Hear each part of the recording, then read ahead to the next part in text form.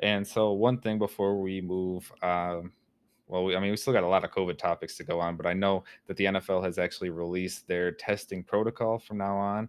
And again, I know you know way more about this than I do, Jimmy. So if you kind of want to break down how the NFL is going to be, I know they're doing daily testing, but exactly how are they going to be doing this? Yeah, so they announced that they're doing daily testing for the first 2 weeks, Hmm. and then if the rate drops below 5%, they'll test every other day. Now, I have some questions about how this is all gonna be handled. The results are expected to be back within 24 hours, Hmm. but are they gonna withhold all results until every team's results are back?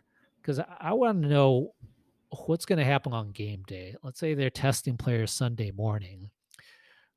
When do those results return? Are they gonna return in the middle of a game? Right. I mean, I can just imagine the Lions and Packers get flexed to Sunday night, all right? We're 4th down and goal, we're going for the winning touchdown, and, oh, wait, our entire offensive line is now removed from the field because they all tested positive 12 hours ago.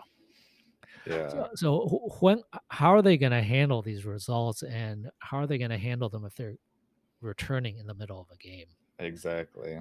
Yeah. So again, that's a question, I guess. How I'm not too familiar with the COVID testing. How long is an average test? Does it take usually a full day to come back, or is it sometimes within hours? How long is it average? Well, every lab's different. So the NFL is contract with their own private testing Mm. laboratory, and the public report is they expect the results back within 24 hours.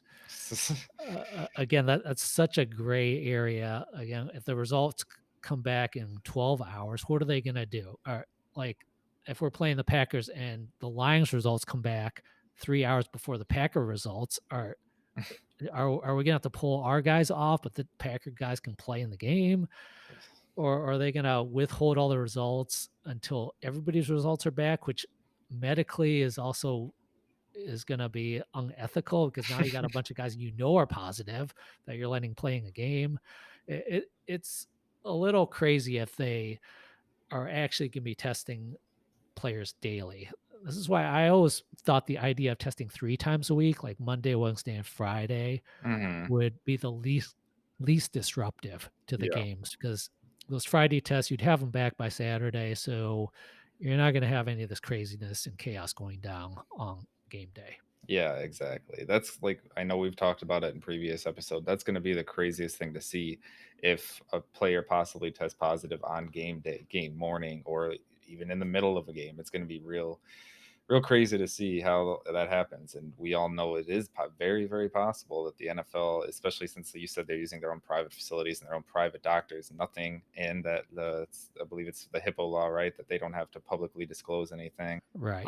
So yeah, so it could be very possible that we have players who test positive and they're asymptomatic, so they're still end up being played. We saw those new face shields that the Oakley, we've discussed those before. They might come out with some new iterations of that. So yeah, like you said, what happens if Tom Brady and the Tampa Bay Buccaneers are getting ready to go down week 17 and fight for a playoff spot, and then he ends up testing positive, or same thing with Stafford, or it's just any star player if they test positive on game day or anything like that, it's going to be Eh, yeah, it could be chaos. Yeah, mm, for people who are gamblers out there, gambling fans, yeah, there potentially could be some game day chaos there down there. Everybody's gonna be holding their breath right before the game to see if there are any recent released positive results. yeah, that's a good point that you brought up that never I never even thought of, and I never even thought of this either about fantasy football, the implications on that. Depending on what league or what settings you have, lineups lock down at a certain time. So if player tests positive an hour before game time and your lineup's already locked down for the day, what again? I mean, they might have to just change rules with fantasy or something like that. It's gonna be real. It's gonna be real crazy to see how this year plays out. Yeah, so from a fantasy standpoint, here's a tip. Maybe you wanna draft guys who have already tested positive. So, with the hope that they have some immunity, so they're not gonna test positive during the season.